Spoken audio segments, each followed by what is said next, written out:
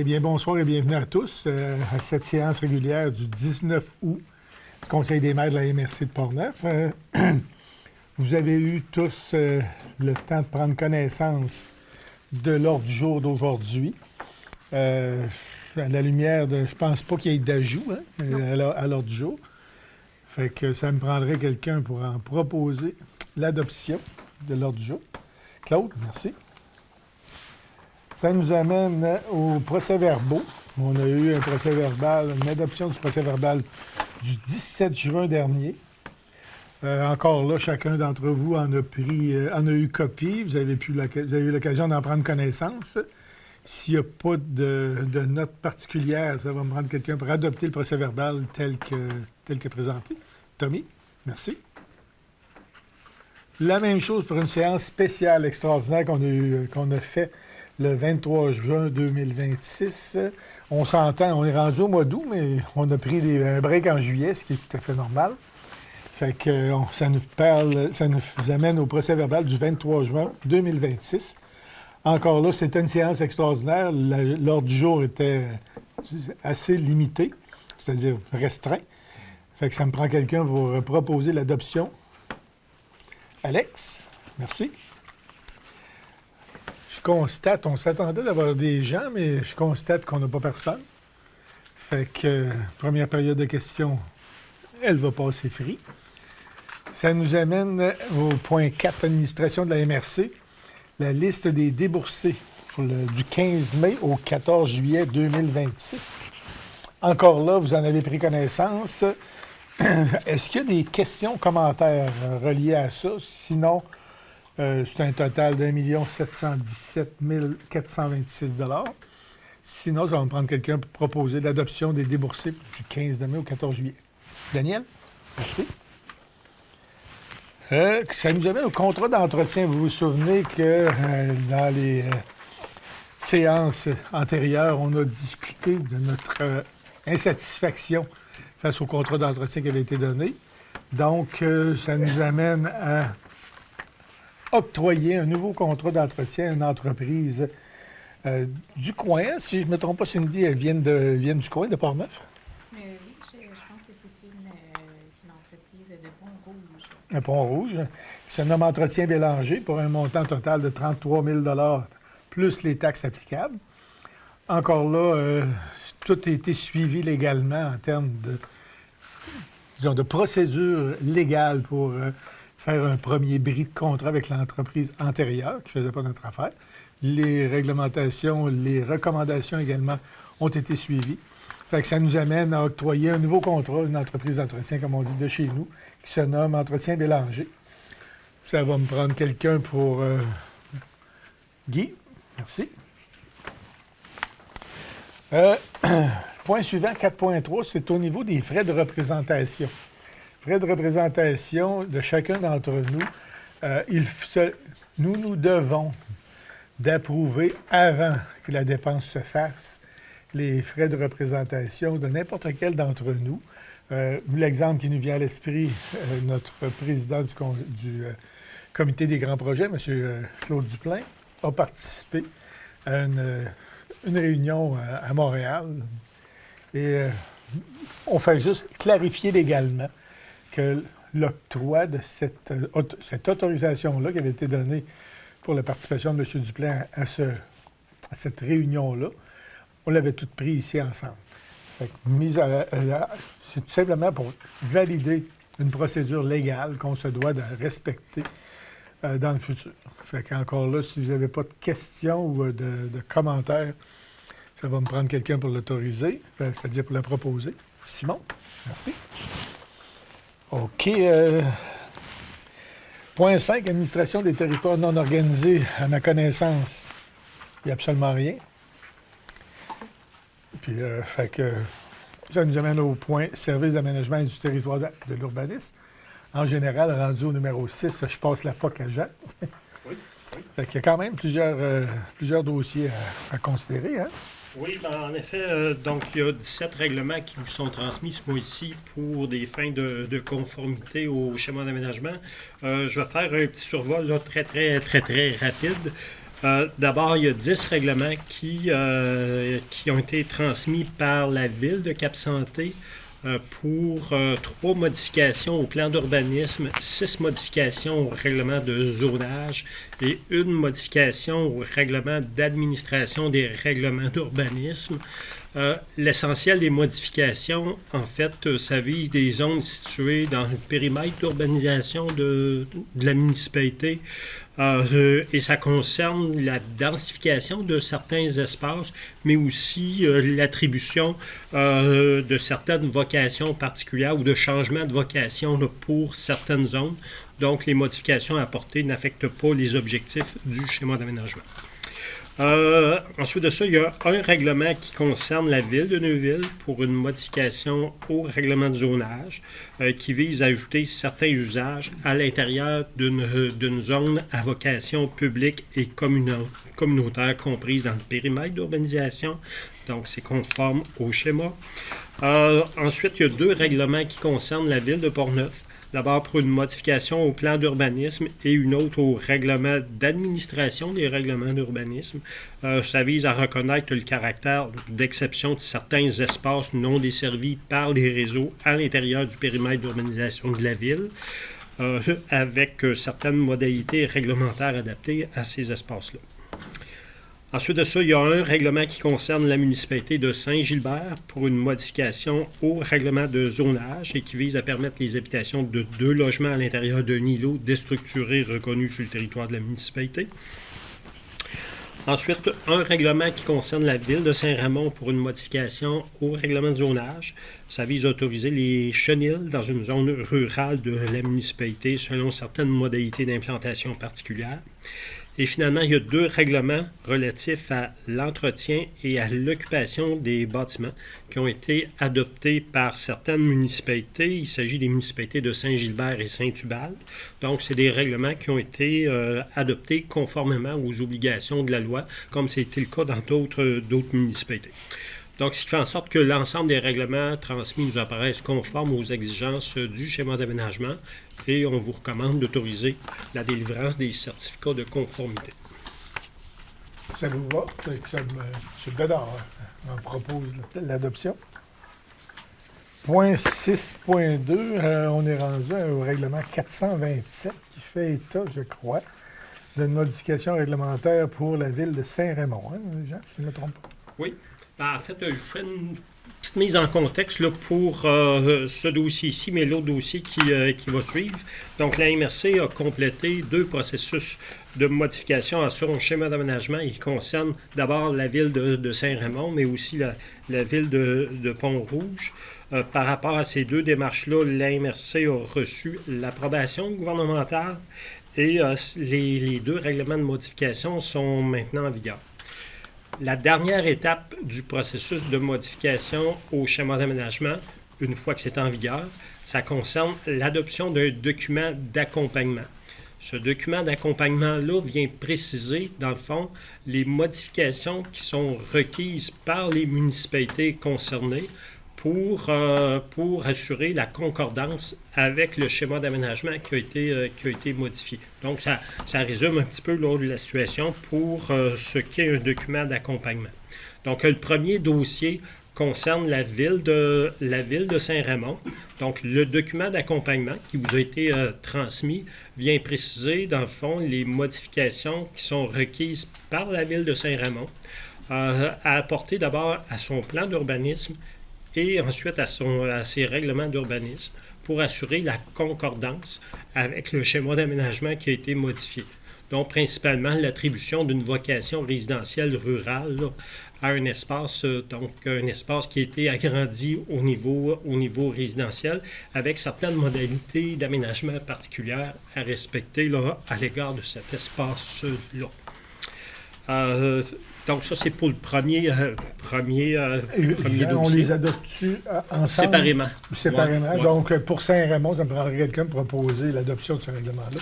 Tommy, merci.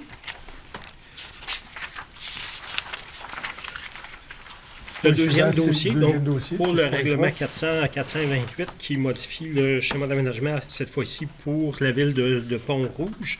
Le document d'accompagnement vient aussi préciser les modifications requises par la ville de Pont-Rouge à son plan d'urbanisme et à ses règlements d'urbanisme pour assurer la concordance avec le schéma d'aménagement.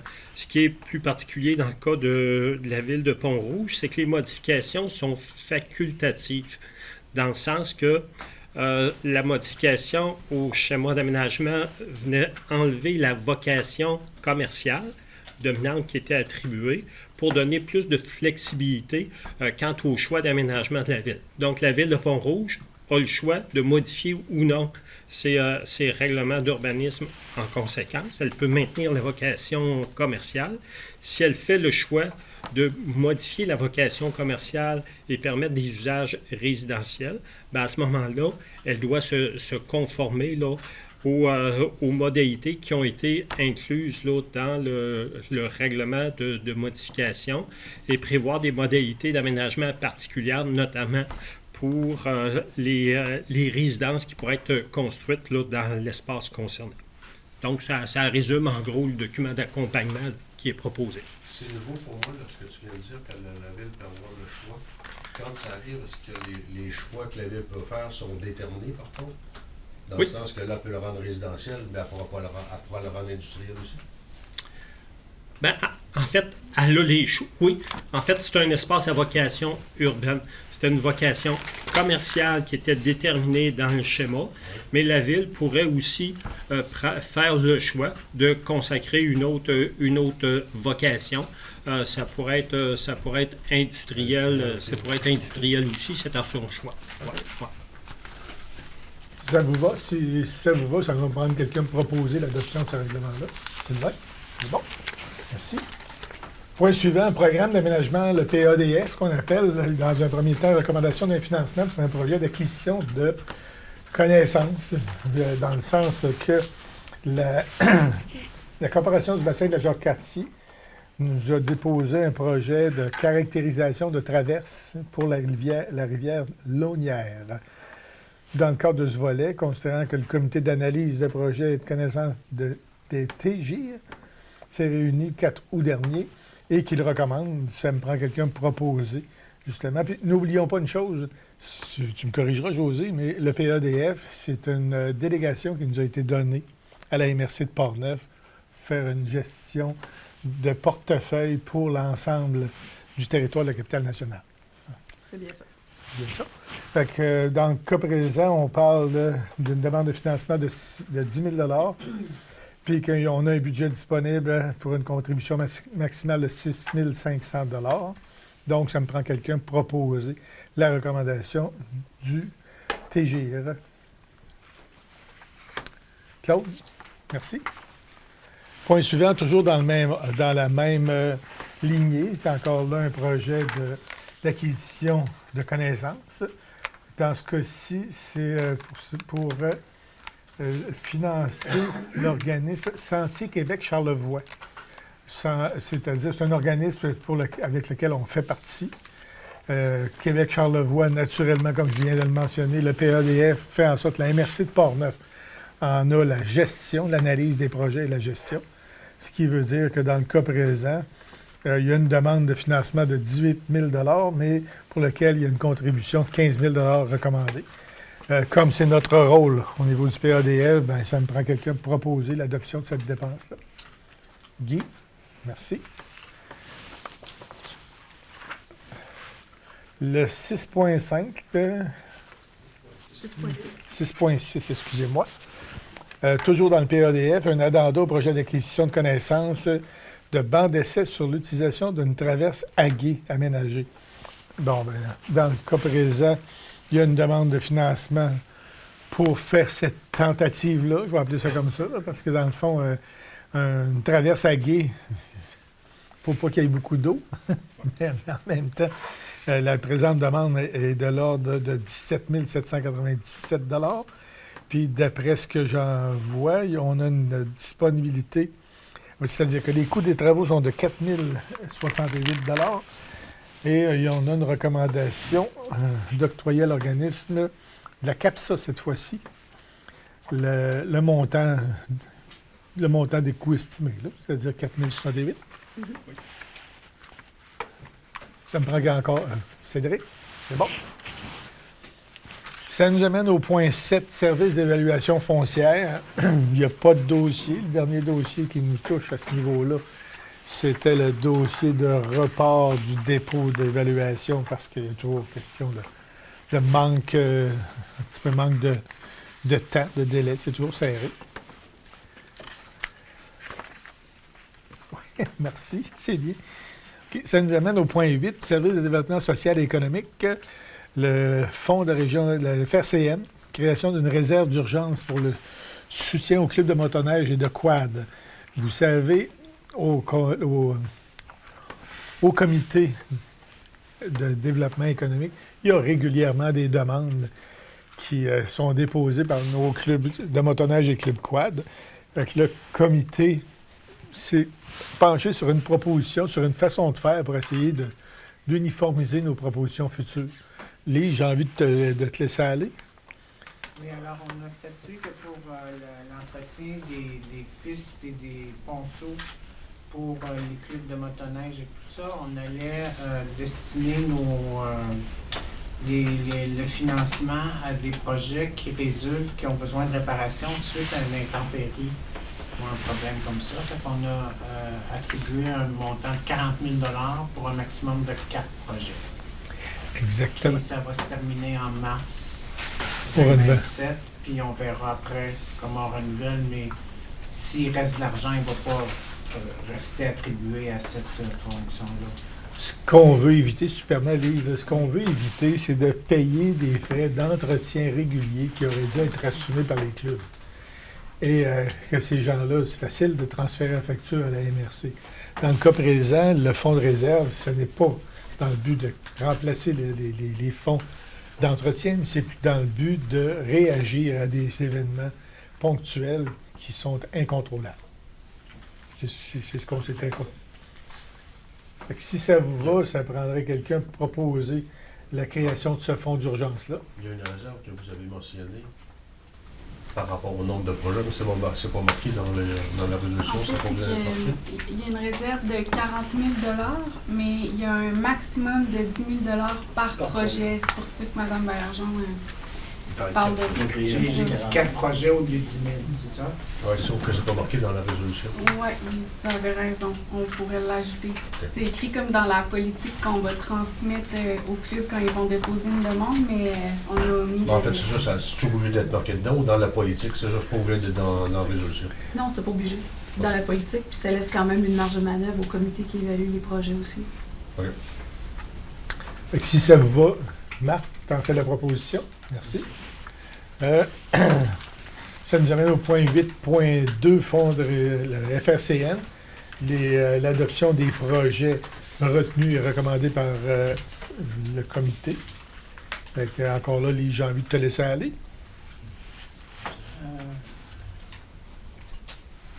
Excusez, j'arrive. Je peux prendre la balle au bon. Ouais, je cherche ma page, j'ai trop scrollé. C'est une mauvais piton comme moi, je fais tout ça. Pour C'était sûr. 8.2, merci Marie.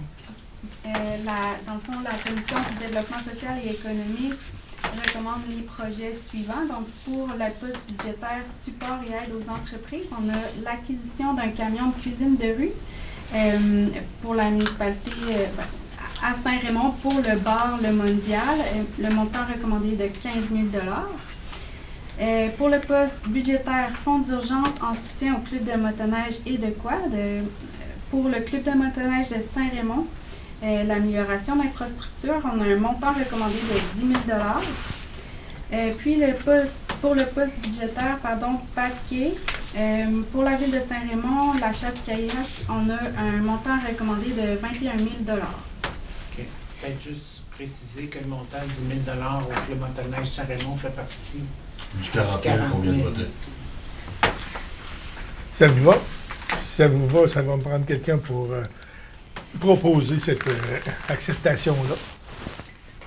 Daniel? Merci.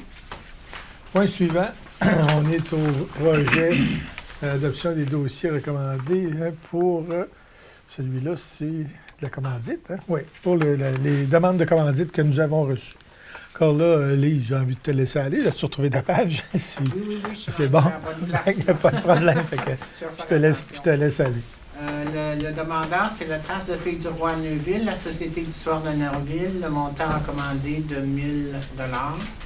Festival de pétanque de Saint-Gilbert, montant recommandé 1 000 $. Festival des pompiers de la mutuelle Incendie de Portneuf, édition 2026, montant recommandé 1 000 $. 9e journée de réflexion en sécurité alimentaire dans Portneuf, Solidarité citoyenne Portneuf pour la table de concertation en sécurité alimentaire de Portneuf, montant recommandé 750 $. Porte ouverte sur les fermes du Québec, Fédération de l'UPA de la capitale nationale Côte-Nord pour le Verger du Roi, 750 $. Encore là, c'est juste à titre d'information, il y a beaucoup de on reconduit les montants qui étaient déjà en place parce que les demandes étaient supérieures à ça, mais à la lumière de nos analyses au comité de développement économique, c'est ce qui a été décidé. Je prends juste quelqu'un pour recommander pour proposer cette résolution. Raymond, merci. Point suivant, 8.4, Fonds de soutien aux entreprises, le FSE. Excusez. Adoption des projets recommandés. Encore là, Lise, je vais te laisser aller. Alors, pour construction cargo de Cap Santé, un montant de 5 000 $ pour un projet de 40 000 $, soutien aux entreprises pour des projets d'innovation. Et à Deschambault-Grondines, la Biennale internationale du lin de Portneuf, un montant octroyé de 8 855 $ pour un projet de 11 070 $. Ici, on parle de soutien au projet pour des projets d'innovation. Si je ne me trompe pas, c'est la refonte du site web puis les réservations. Il faut comprendre que, encore là, la Biennale internationale du lin, ça fait des années que ça existe. La MRC a toujours été présente. Puis dans le cas suivant, l'analyse a été basée sur une reconduction, justement, et d'un maintien d'une image de la MRC de Portneuf. Encore là, ça me prend quelqu'un. Sylvain? C'est bon? Merci. Point suivant, ça nous amène au 8.5. Fonds de soutien au projet structurant de la MRC, FSPS, adoption des projets recommandés.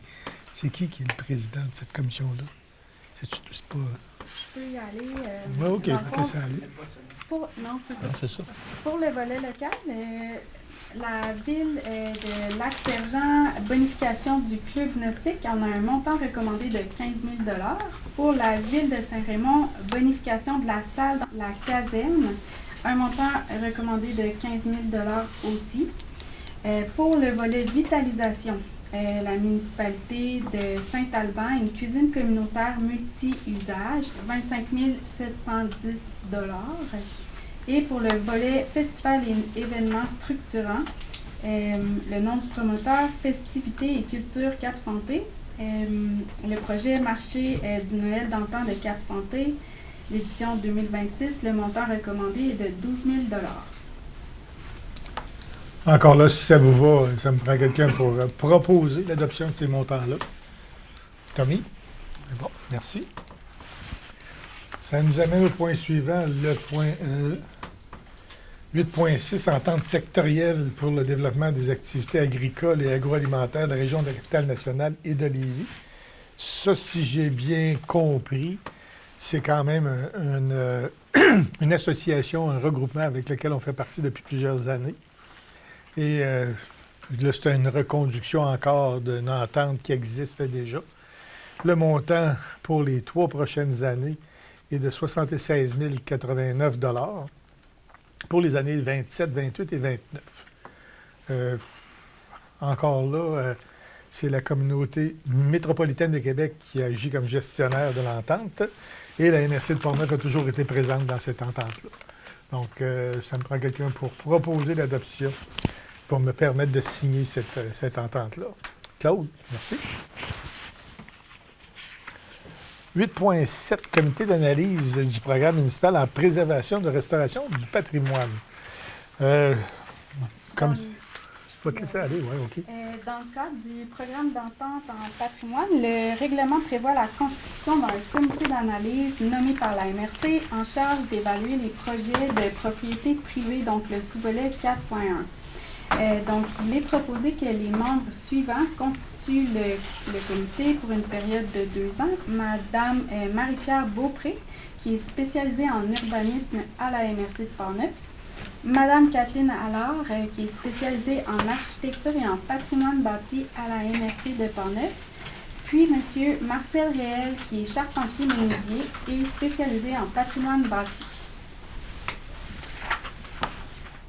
Encore là, il faut entériner la composition de ce comité. Simon? Merci.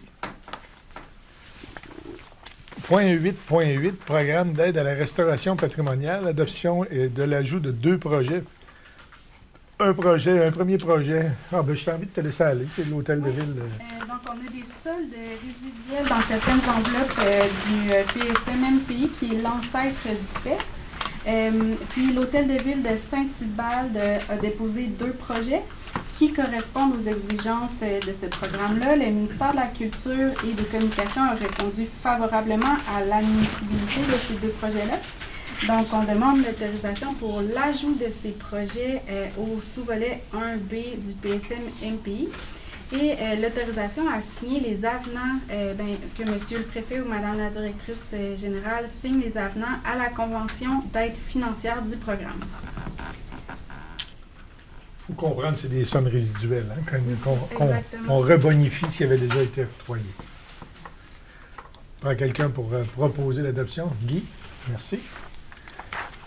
8.9, je te laisse encore aller, c'est dans mes ordres d'idées, si je ne m'abuse. Oui, donc les 3 prochaines résolutions, on est dans le volet 4.2 du programme d'entente en patrimoine, donc le volet municipal. La MRC de Portneuf a conclu une entente avec le ministère de la Culture et des Communications en mars dernier à cet effet-là. Le premier projet, restauration du presbytère pour la municipalité de Cap-Santé. Le montant recommandé qui provient de l'enveloppe du ministère de la Culture est de 45 660 $ et la Ville de Cap-Santé s'engage par résolution à financer son projet de restauration jusqu'à la réception des sommes du MCC, équivalent à 50 % du montant admissible. Si ça vous va, Claude, merci. Deuxième projet, restauration du moulin à vent de Grondines par la municipalité d'Échambault-Grondines. Le montant recommandé via l'enveloppe du MCC toujours est de 86 450 $. Toujours à la hauteur de 50 % par la municipalité. Tout à fait. Yves, c'est bon, merci. 8.11, c'est le dernier, non le moindre, projet. La restauration de l'orgue de l'église de Saint-François de Sales à Neuville pour un montant recommandé de 9 055 $. Donc, la Ville de Neuville s'engage elle aussi par résolution à financer son projet de restauration jusqu'à la réception des sommes du MCC équivalent à 50 % du montant total admissible de 18 110 $. Encore là, si ça vous va. Alex, merci. Point suivant, Alliance Québec Vélo de montagne, demande de participation financière et signature de l'entente de financement. Encore, j'ai envie de te laisser aller, résumer tout ça. Le Conseil a déjà prévu une somme de 15 000 $ lors de l'adoption des prévisions budgétaires en 2026 pour participer à la promotion de Québec Vélo de montagne. C'est un regroupement qui compte la Vallée-Bras-du-Nord, la station Mont-Sainte-Anne, les Sentiers du Moulin et Empire 47. Puis la mission, c'est de faire rayonner le produit vélo de montagne en dehors de Québec. Donc la Vallée-Bras-du-Nord est reconnue comme un élément supralocal structurant pour la MRC. Puis depuis 2014, on remarque que les efforts de Québec Vélo de montagne ont favorisé une croissance importante de l'achalandage des stations, puis une hausse dans leurs revenus. Donc, il y a une participation financière de 15 000 qui est demandée. Et puis, on demande l'autorisation aussi à signer le protocole d'entente relatif à la contribution. Si ça vous va, encore une fois, ça me prend quelqu'un pour en proposer l'adoption. Tommy? Merci. 8.13, programme d'hébergement temporaire à l'aide à la recherche de logement. C'est la SARL, hein? C'est ça? Oui, exact. C'est la SARL, hein, qui était déjà dans nos plans, qui était déjà existant. Dans le fond, c'est qu'on actualise les déboursés versus la continuité du service qui se trouvait très important pour la région. Exact.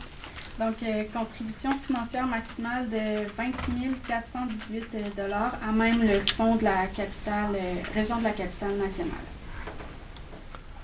Diane, merci. Ça nous amène aux dossiers régionaux. On a une première demande d'évaluation du déploiement ambulancier et d'amélioration des communications d'urgence. Je me permets de vous dire que le timing est très bon de déposer une réquisition comme ça. Parce que Santé Québec, je ne ferai pas de cachette, là, on vient de réouvrir l'urgence du CLSC de Saint-Marc-des-Carrières. Puis, un des éléments pour lesquels on a fait valoir notre situation de Portnevoix, c'est justement le déploiement des services à notre population. Puis que régulièrement, qu'on voit qu'ils nous choisissent dans l'ouest de Portneuf comme étant, je dirais, le parent pauvre, nous sommes leur solution facile. Quand il y a quelque chose qui manque en termes de services médicaux, l'ouest du comté est souvent la cible. Fait que de faire une demande de déploiement ambulancier et d'amélioration surtout des communications pour s'assurer, étant donné qu'ils nous traitent de même, il faut s'assurer que, minimalement, qu'on améliore autant que faire se peut notre déploiement ambulancier. Je résume la chose, mais je tenais à m'exprimer parce que je ne vous cacherai pas que quand ça nous a été présenté, quelques-uns d'entre nous, on s'est présentés pour faire de la représentation auprès de Santé Québec, capitale nationale universitaire maintenant. Là. Puis concrètement, c'est le temps de maintenir la pression parce que je trouve que c'est plus facile de démembrer ou plutôt de délester les services dans l'ouest de Portneuf que n'importe où dans Charlevoix ou sur la côte de Beaupré. Et ça fait partie des réquisitions qu'on a faites. Fait que c'est un résumé, là, s'il y a que d'autres précisions à apporter, Marie ou José, allez-y. C'est ma perception à moi de la situation qui justifie cette demande. Oui, c'est pas mal complet. C'est en écho aussi à une résolution d'une municipalité qui levait la problématique de l'éloignement, la réalité rurale et le peu d'effectifs ambulanciers, les délais, surtout de réponse, et le service de communication également qui était déficient. Tout à fait. C'est une résolution pour demander au CIUS de Santé Québec de réévaluer les services ambulanciers et aussi les lignes de communication. On a un bel exemple, vendredi dernier, sur le pont La Porte à Québec, où il y a eu un fouillis, et puis clairement causé par 3 centrales 911 qui avaient à se partager l'information sans nécessairement la comprendre. Fait que ça a créé ce que ça a créé vendredi dernier. En tout cas, ceci étant dit, ça me prend quelqu'un pour proposer justement le dépôt de... Merci.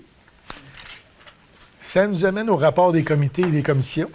Naturellement. La première commission, c'est Commission de l'aménagement et du développement du territoire. On avait une séance prévue qui a été reportée. C'est tout ce que je peux dire, là, parce qu'il y avait des éléments qui manquaient, mais je pense que c'était une bonne guerre de la reporter. Commission de développement social et économique, je te passe la parole, Lise. Les dossiers ont été présentés plus tôt. La prochaine va aller en début septembre, c'est ça? C'est bon. Commission de l'environnement, Yves. L'environnement n'a pas pris de vacances, c'est l'été, on a travaillé un peu. Il y a 2 dossiers qui sont en avance présentement et qu'il faut développer dans les prochains mois. On a le programme de protection des milieux hydriques pour lesquels il y a des mandats qui vont être octroyés dans la réalisation du plan qui a été adopté. Et dans le deuxième cas, c'est au niveau du plan climat. On devrait avoir l'adoption du plan climat qui devrait se faire là, au mois prochain. Il va y avoir une présentation faite aux élus à la prochaine séance. Merci.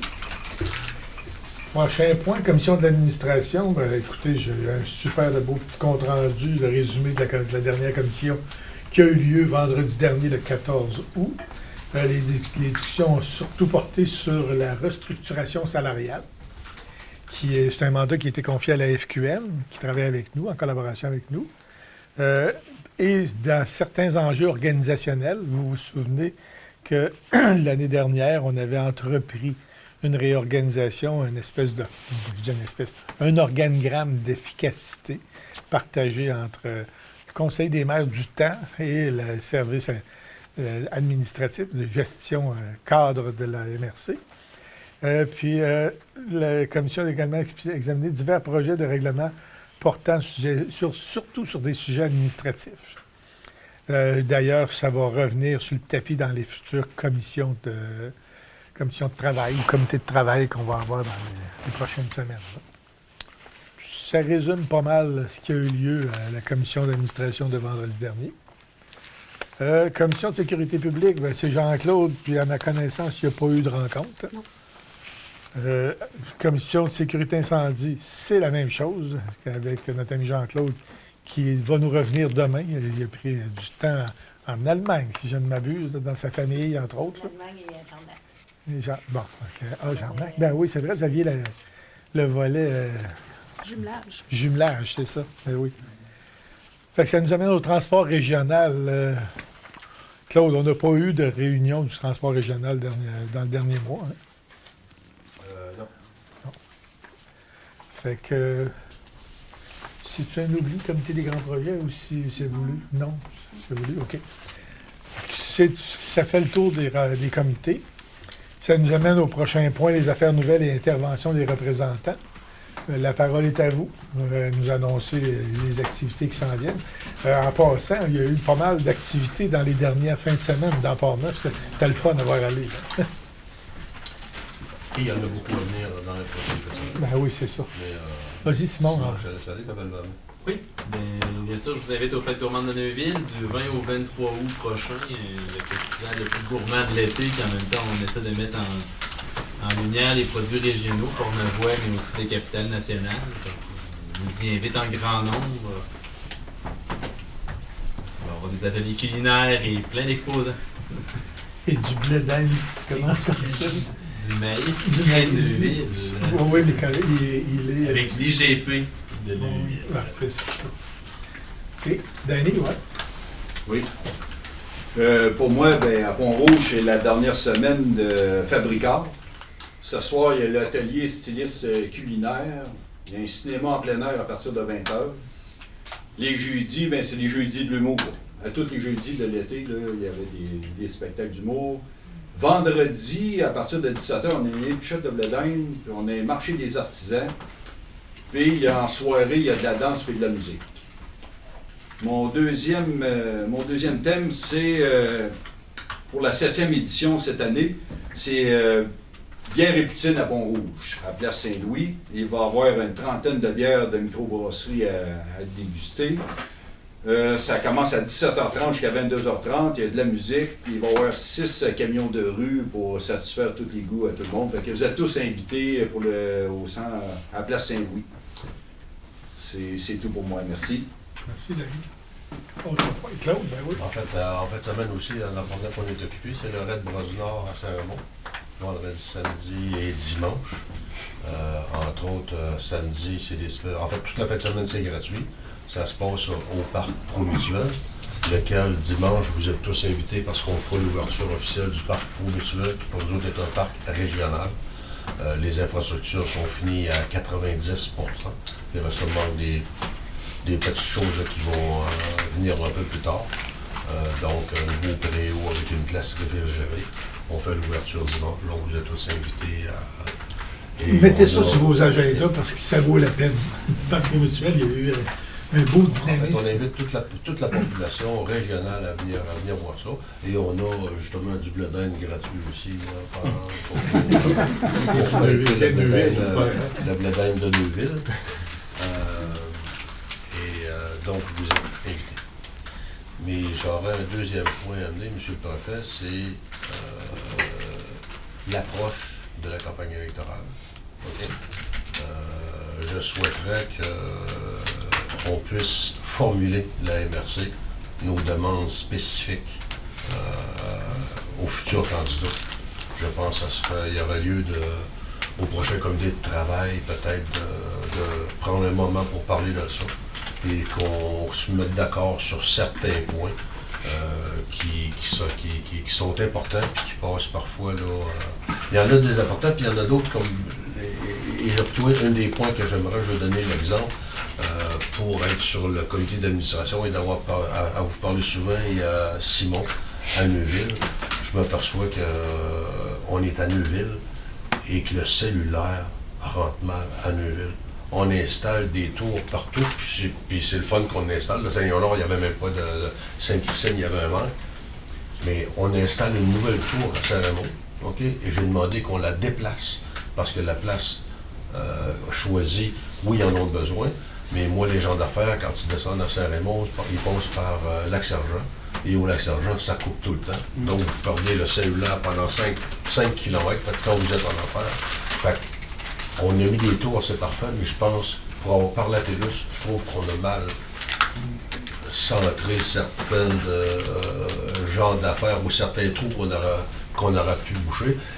Et chez TELUS, on me dit que, parce que d'un côté c'est Bell et d'un côté c'est TELUS, puis il faudrait qu'ils se parlent pour augmenter la force. On n'a pas besoin nécessairement d'un autre tour.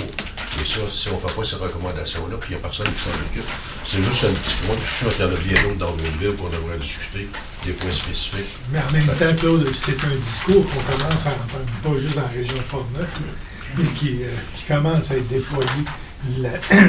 Donc, les échanges et les discussions entre les différents réseaux. C'est ça. Puis, c'est important que nous, comme MRC, comme région, qu'on se prononce un peu dans le sens de ce. Mais c'était juste un point que moi je voulais amener, mais on avait d'autres points qu'il faudrait, je pense, que les futurs candidats soient sensibilisés à ce que la MRC veut. Parce que là, on a des candidats aussi qui parlent à tout vent contre certains projets dans Portneuf, mais ils se présentent comme députés. Si nous, on est pour être neutres dans certains projets, puis que lui se présente contre, que certains candidats se présentent contre, il faudra peut-être avoir une discussion aussi ensemble avec la MRC. Tout à fait. Juste par curiosité, vous avez eu des approches à date des candidats, parce qu'ils sont en mode... Ils sont en mode visite. Ils sont en mode visite. Il y en a déjà 2 qui ont visité. C'est bon. Je ne les ai pas encore donné mes plages de disponibilité, mais les demandes sont là. D'autres points dans le niveau des affaires nouvelles? S'il n'y en a pas d'autres, ça va m'amener à la deuxième période de questions. On constate qu'il n'y en a pas plus. Ce qui nous amène à dire que le prochain comité de travail aura lieu le 2 septembre à 17h30 et la prochaine séance publique du Conseil, c'est le 16 septembre prochain. Donc, ça va me prendre quelqu'un pour proposer la levée de l'Assemblée. Lise. Danny, c'est parce que ça fait 3 fois que Lise a le doigt. C'est ça. Fait que merci à tous. Puis on se revoit le 2 septembre. Entre-temps, s'il y a des comités ou quoi que ce soit, je vous encourage fortement à y participer. Parce que la date, ça va bien. Je pense qu'on a une belle participation de l'ensemble de nos maires. Fait que merci à tous. Merci. Merci.